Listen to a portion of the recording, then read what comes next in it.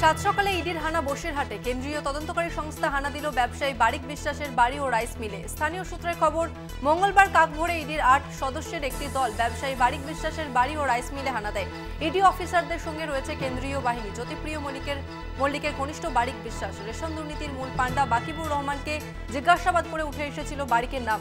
Ration দুর্নীতির পাশাপাশি গরু এবং কয়লা দুর্নীতিতেও নাম জড়িয়েছে বারিকের। রেশন দুর্নীতির তদন্তে মঙ্গলবার সাত সকালে ইডির হানা দক্ষিণ 24 পরগনার ভাঙড়ে ব্যবসায়ী জাহাঙ্গীর আলমের আটাকলে পৌঁছয় ইডি। পাশাপাশি ব্যবসায়ী আলিফ নূরের কারখানাতেও হানা দেয় ইডি।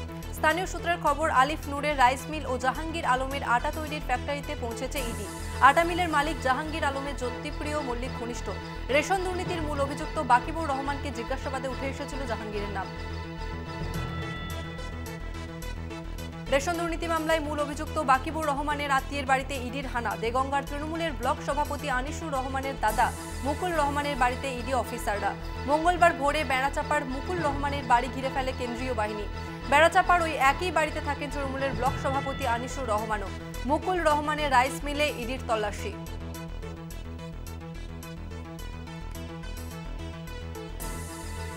ঠাকুরপুকুরে মাকে শ্বাসরোধ করে খুনের অভিযোগ। নাবালিকা মেয়ে ও তার প্রেমিকের বিরুদ্ধে অভিযুক্ত মেয়েটি প্রেমিককে বাড়িতে নিয়ে গিয়ে মাকে শ্বাসরোধ করে খুন করে বলে অভিযোগ। খুন দেখতে পান মেয়েটির বাবা। এরপর থেকেই প্রত্যক্ষদর্শী বাবাকেও খুনের হুমকি দেওয়ার অভিযোগ উঠেছে। 6 জুন খুনের কথা মাস দেড়েক পর প্রতিবেশীদের জানিয়েছে প্রত্যক্ষদর্শী বাদল বাবু। তার অভিযোগের ভিত্তিতে ঠাকুরপুকুর থানার পুলিশ মেয়েটি ও তার প্রেমিককে আটক করেছে। প্রেমের সম্পর্ক মেনে না নেওয়ায় মেয়েটি ও তার প্রেমিক খুন করেছে বলে প্রাথমিক অনুমান পুলিশের।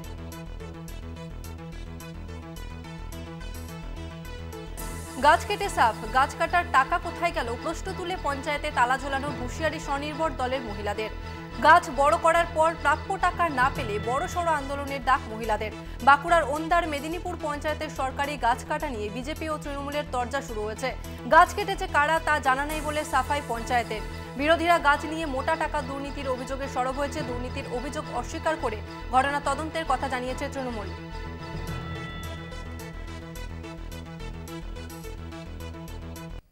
বিজেপি কি বললো সেটা কোনো ফ্যাক্টর নেই, কিন্তু পঞ্চায়েতের একটা দায়বদ্ধতা থাকছেই।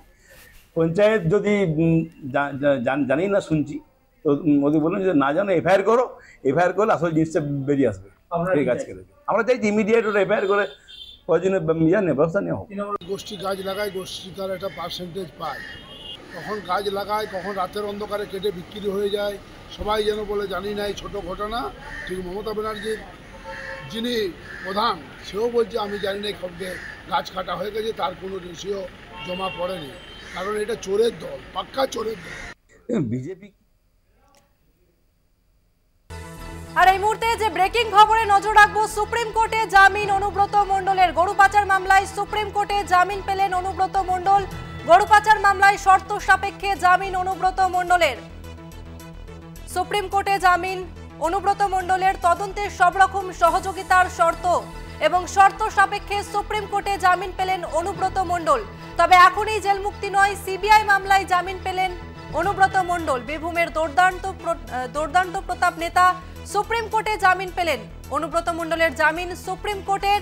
গরু পাচার মামলায় জামিন সুপ্রিম কোর্টের।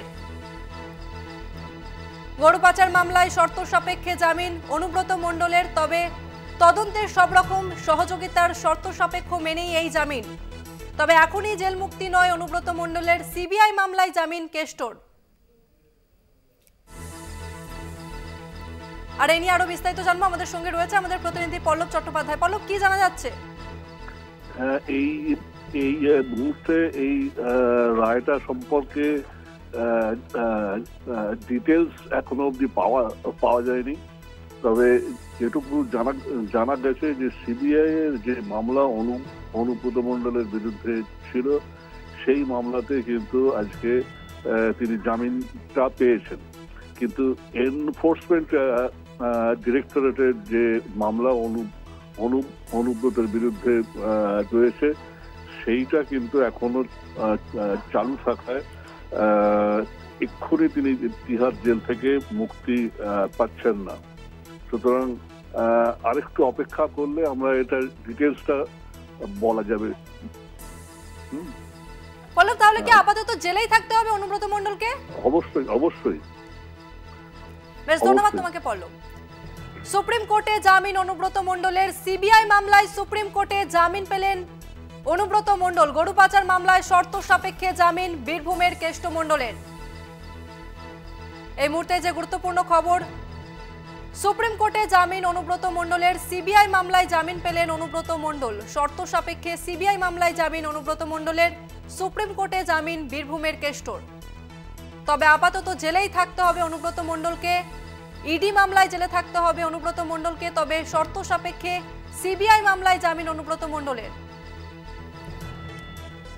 তদন্তের সব রকম সহযোগিতার শর্ত, এখনই জেল মুক্তি নয়। সিবিআই মামলায় জামিন অনুব্রত মণ্ডলের, ইডি মামলায় জামিন হয়নি অনুব্রতর, অর্থাৎ জেলেই থাকতে হবে অনুব্রত মণ্ডলকে।